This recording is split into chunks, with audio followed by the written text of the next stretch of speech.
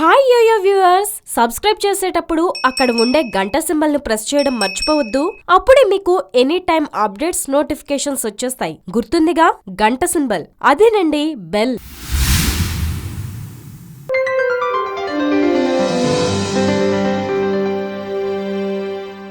YCP MLA Alla Ramakrishna Reddy ఓటుకు note కేసును ఎట్టి పరిస్థితుల్లోనూ వదిలిపెట్టేలా లేరు. తొలుత దీనిపై హైకోర్టును ఆశ్రయించిన ఆయన అక్కడ ప్రతికూలంగా తీర్పు రావడంతో ఆ తర్వాత సుప్రీంకోర్టును ఆశ్రయించారు. ఈ నేపథ్యంలో సోమవారం నాడు ఆళ్ల రామకృష్ణారెడ్డి పిటిషన్ సుప్రీం ముందుకు రాగా దాన్ని విచారణకు స్వీకరిస్తున్నట్లు కోర్టు స్పష్టం చేసింది. ఈ మేరకు ఏపీ సీఎం చంద్రబాబు నాయుడుకు నోటీసులు జారీ చేసిన కోర్టు వీలైనంత త్వరగా కౌంటర్ దాఖలు చేయాలని కోరింది. కేసును సమగ్రంగా విచారిస్తామని పేర్కొంది. చంద్రబాబు నాయుడుకు ఓటుకు నోటు కేసులో ప్రత్యక్ష ప్రమేయముందని ఆళ్ల రామకృష్ణారెడ్డి తన పిటిషన్లో తెలిపారు.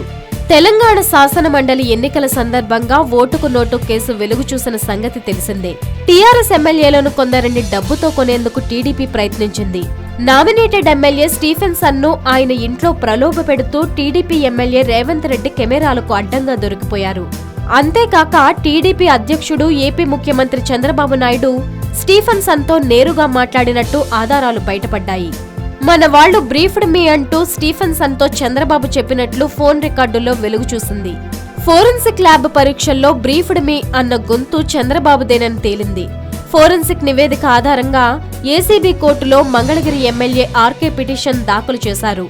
సాక్ష్యాల ఆధారంగా చంద్రబాబుపై దర్యాప్తు చేయాలని ఏసీబీ కోర్టు ఆదేశించగా చంద్రబాబు హైకోర్టులో సవాల్ చేశారు.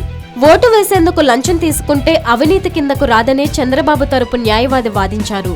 గతంలో ఇదే కేసు విషయమై ఆళ్ల రామకృష్ణారెడ్డి హైకోర్టును ఆశ్రయించగా చంద్రబాబు పాత్రపై విచారణ అవసరం లేదన్న ఆయన తరపు న్యాయవాది వాదనతో కోర్టు ఏకీభవిస్తూ ఏసీబీ జారీ చేసిన ఉత్తర్వులను కోర్టు కొట్టివేసింది. దీంతో హైకోర్టులో చొక్కెదురవడంతో తిరిగి ఆయన సుప్రీంకోర్టులో పిటిషన్ దాఖలు చేశారు.